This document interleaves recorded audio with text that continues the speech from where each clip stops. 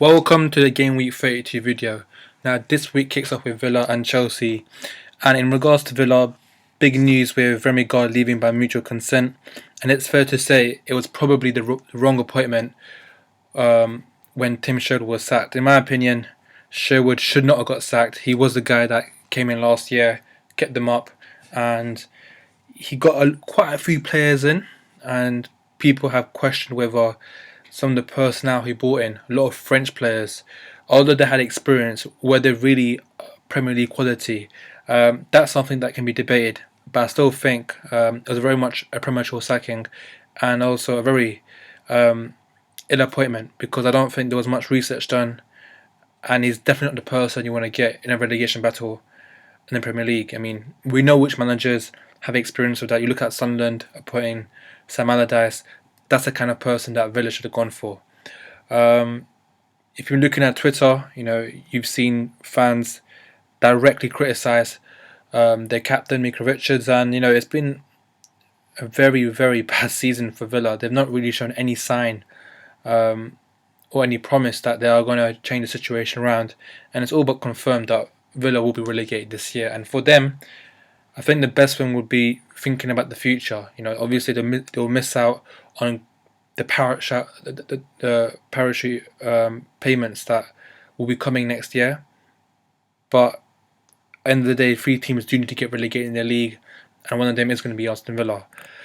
Chelsea, on the other hand, look, they still tick by and they're still unbeaten in the league since Mourinho has left, and I think that is positive. Although a lot of the results have been draws, it does show that they are able to scrap out a point here and there when really against West Ham they should not have. I mean, the penalty at the end was very fortuitous, and Fabregas, a player who I mentioned for the pre-Gameweek video last week, scored 2 goals, and like I said, with the penalty kick and him in a much more advanced position, he's the player that Chelsea seem to be playing around, especially with Hazard out and with Costa with his own problems and being fined and suspended.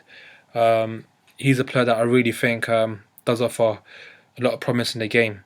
So where do I see this game going? I just have to see Chelsea getting a result here. This game has very little meaning for both teams probably. I think had Chelsea accumulated more victories than the draws, they actually could have been in the top 4, challenge. They could have been competing for the top 4. That's a fact, because I think they're like 10 points off, and you look at the results since Mourinho's left, and you would say, well, there's a few draws here and there that maybe had they just sneaked out the victory, they might have been closer. But the damage was done early in the season, and I think this game has very little meaning. But I only see Chelsea getting a result here. In terms of 3 o'clock kickoffs, we've got a few big games, and in terms of top of the table, we've got Arsenal and Watford. Now, Arsenal obviously positioned 3rd, and this is a must-win game if they're going to win the league. They can't afford to drop points, and Watford did cause you could say a shock in the FA Cup quarter-final, and that was also at the Emirates as well. Now, Arsenal come back from a very good 2-0 away win against Everton. It's a tough place to go to, and to come out there with a very convincing performance, which has been a ground which Arsenal have found very tough in the past. It's great credit to them. We see Sanchez get the assist, a good goal by Welbeck, who seems to be the main starter. I think is around £7.3 million a game. I think he's going to be preferred over Olivier Giroud.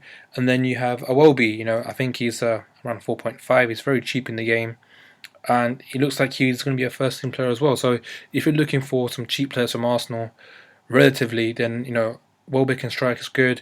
You have Iwobi and also Gabriel at 4.3. He's a very good price and does look like he will be playing. He had a very good game actually against Everton, so I see him being picked over Mertesacker.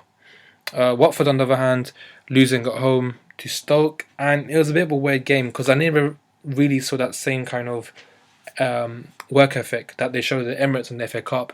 Maybe the players are looking,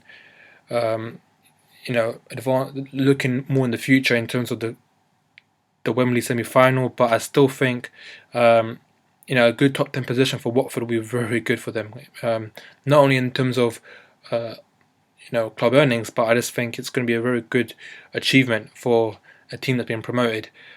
I do think Arsenal will win this game, and because a lot of things have changed since their defeat, to Watford. I think winning away against Everton is definitely a turner. The international break probably came at a wrong time for Arsenal because it seems to have sorted everything out and finally got a win, a massive win. But luckily for Arsenal, there's no injuries and some players have done pretty well in the international duty, like Mesut Ozil and Alexis Sanchez. So maybe this might be a positive international break for Arsenal after all. And good news on the injury front with players looking like they'll be coming back quite imminently in the next few weeks.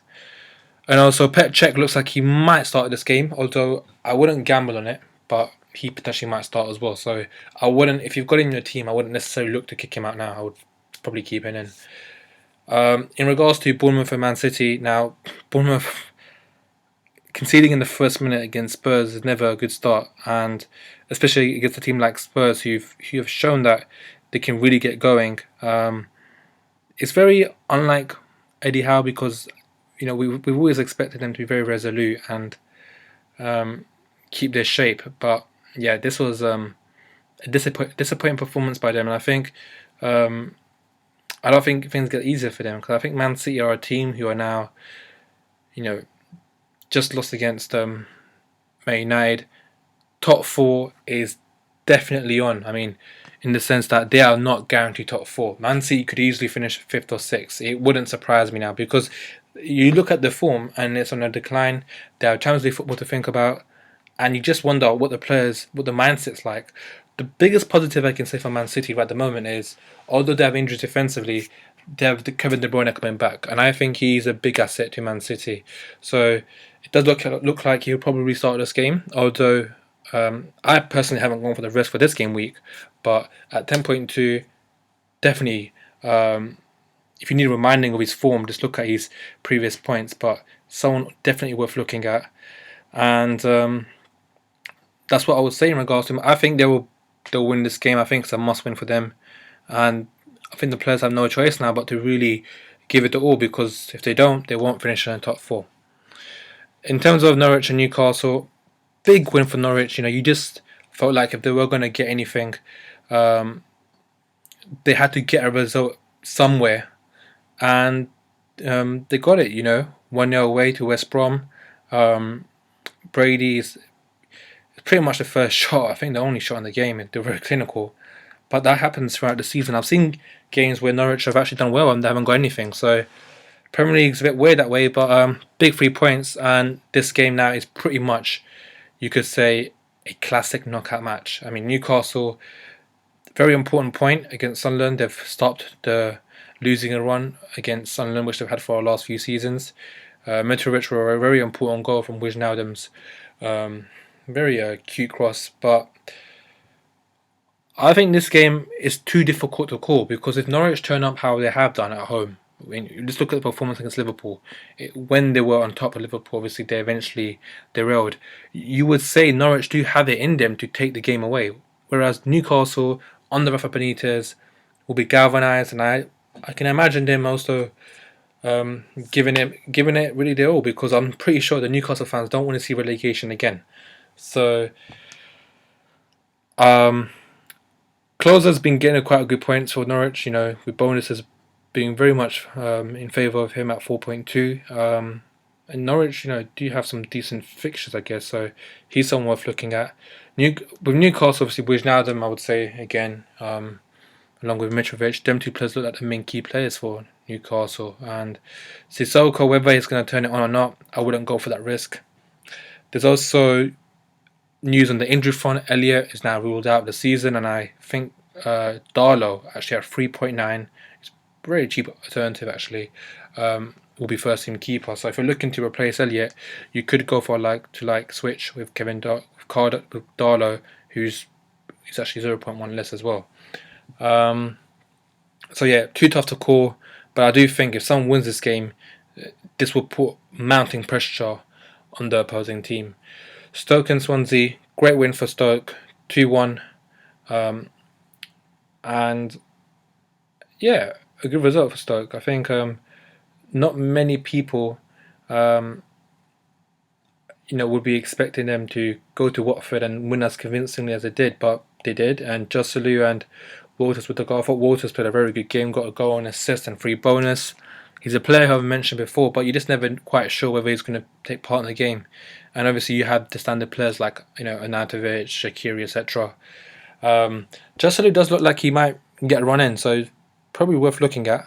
And Swansea, on the other hand, yeah, I mean, they got the 3 points against Villa, and that was important because if you look at the relegation zone, they've got some distance between them, but those 3 points definitely give them some sort of buffer. So, but they're still very much in it, in my opinion. They're still there, and they can get something out of this game, would be great. But I still fancy Stoke, and obviously Gylfi Sigurdsson is a player that I recommend from Swansea, and I still think with his set pieces and his ability for a goal, he's definitely a star player.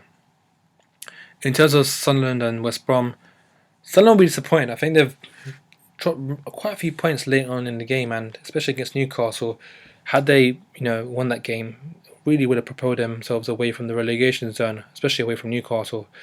But they're very much involved, and I mean, obviously key players like Defoe, he seems to be getting chances pretty much. So he's obviously the one that I'll look at. West Brom, on the other hand, I think their season's done. I think they win against Man United, but then they lose against Norwich. It's a bit of a weird season for West Brom. I think this is pretty much a classic Tony Pulis team in the sense that when things are getting tough and they need to get a result, they can win away at Goodison Park, but then they just don't turn up at home sometimes. So Bejarino looks like he probably will start, and I think it's going to be interesting. I think West Brom, it wouldn't surprise me if they ruined the party at Sunderland, and knowing how big of this game this is for Sam Allardyce, it's easy to sit on the fence and go for a draw, but it's going to be. I wouldn't be surprised if it goes either way. So yeah. And in terms of the last 3 o'clock game, we have West Ham against Palace. West Ham, doing pretty well this season so far, and it's a credit to them because they've gone to places, really expressed themselves.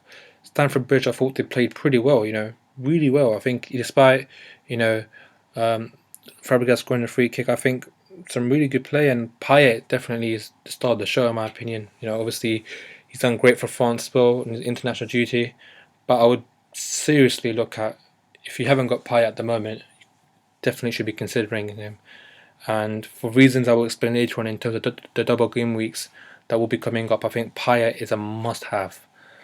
Palace, on the other hand, they're a bit in a slippery slope at the moment, especially the defeat to Leicester in the game, which they really should have got something out of that. And the thing I'll say regards to Palace, they and Everton have a double game week next week, and they also both have a double game week on game week 34 as well. So you might want to consider getting Palace players, maybe even Everton players. But Palace, I would say because after this away game, they have 2 next home games. And the players I'll look at Balassi. I think he's been awarded Player of the Month for a reason. Done pretty well since his injury and his return. And I think he's someone I'll look at in terms of he could really pose a real threat. I do think this game was a big game for Palace because they lose their 6 months pressure, and it really makes those double game weeks coming up a really big week for Alan Pardew because he's not safe necessarily as well. On paper, you have to say West Ham are favourites, but this is the time of the season where expect surprises. Now the 5:30 game is also a massive game, Liverpool and Spurs, and Klopp has branded this as Spurs Cup final in a sense because pretty much every game that Spurs play now until the season ends is pretty much a cup final, and 5 points away from Leicester, they really can't afford to drop off. I personally think Spurs' fixtures are going to get tough now. They've got Stoke coming up away. They've got a few tough games now, and I can see them dropping off points. I think Liverpool have shown some really good form. Very, very surprising result against Southampton. When they were 2-0 up, it looked like as if they were going to win the game like they won against them in the Carling Cup. But it just shows that, overconfidence, and Southampton got the belief and the game changed very quickly. But look, Coutinho, definitely a player I'll look at. I will look at Origi, and I'll also look at Sturridge. I think Origi maybe is worth a shout at 5.4. Ignore the value. I think he looks like he'll be he'll be playing for sure. He's definitely part of Klopp's plans. You have Lallana as well, who Klopp is very fond of. Those are the players I would go for. For me personally, I think I'll look at Origi or Coutinho. Firmino looks like he's hurt. He faced a late fitness test, but I wouldn't gamble on him this week because Liverpool do have a big UEFA Cup game with Dortmund coming up. So I think if there's any doubt in terms of Firmino's fitness, I think he will be rested. Spurs, on the other hand, like I said, very impressive 3-0 win against Bournemouth, but no doubt the early goal helped them. Kane is a big part of what Spurs are doing very good this season, and since he's found his goal touch since the early part of the season, Spurs have been flying in terms of the goals being scored.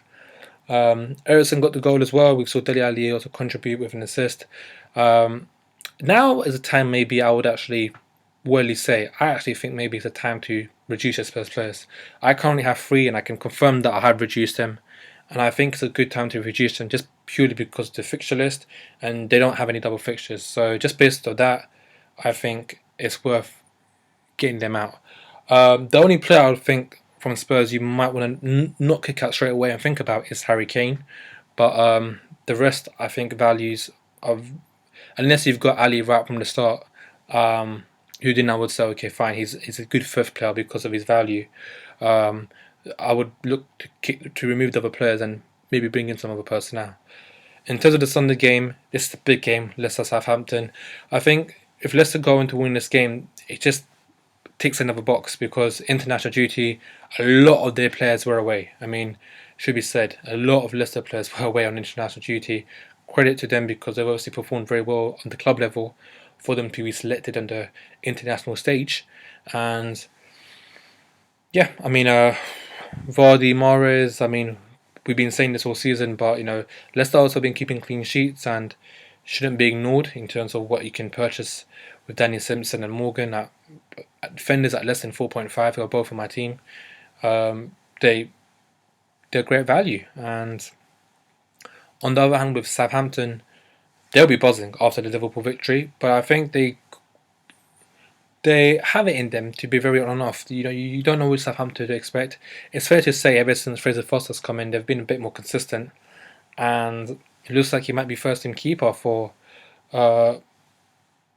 England if Joe Hart isn't fit. So I would say this game is going to be massive because I do imagine Ronald Koeman, he does want to. Southampton do sit in a good position in the league, and I'm not saying top 4 is there, but I'm just saying Ronald Koeman, knowing the type of player he is, I don't think he will give up without a fight, even if it's like a 5% chance he might finish in the top 4. So just because of that, I want to say it's a real tough game.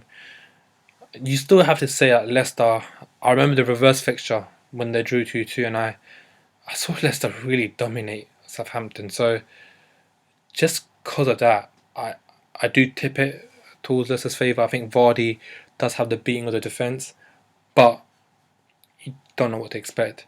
And the last thing I want to mention in terms of Southampton is Pella's come back.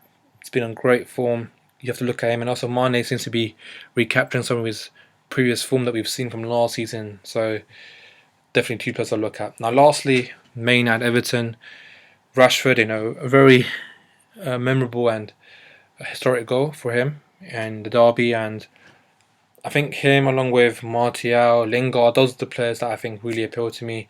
You have Maynard's defence, but who obviously did well, to keep Aguero out. But I'm not so sure if investing in Maynard's defence is the best way going forward.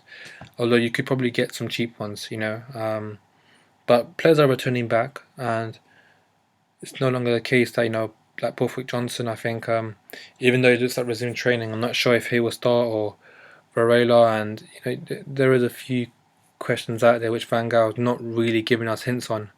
And maybe this game week will provide those answers, if anything.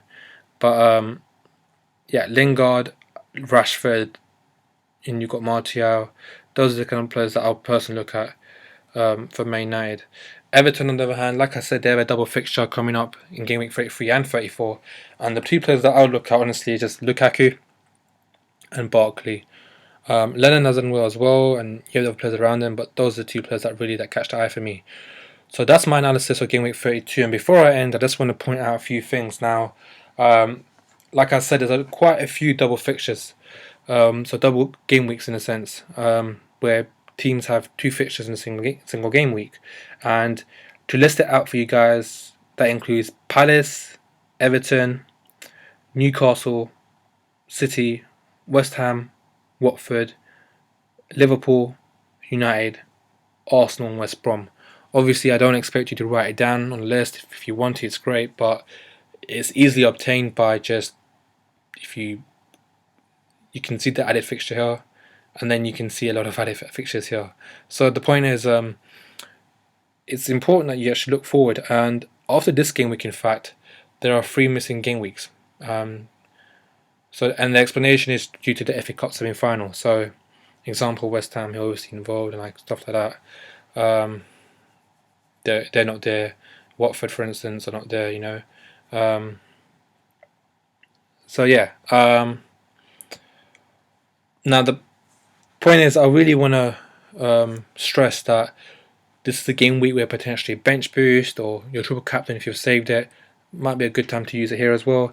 And you might want to consider doing transfers in such that most of your players have a double game week. I can accept the fact that maybe it's difficult to get everyone having a double game week this week on that particular week, because some players, certain values, you know, if you get rid of them, you might necessarily get them back. But I still think most players you can remove and get someone in who can do the job. So that's my analysis of the game week, and good luck with the game week.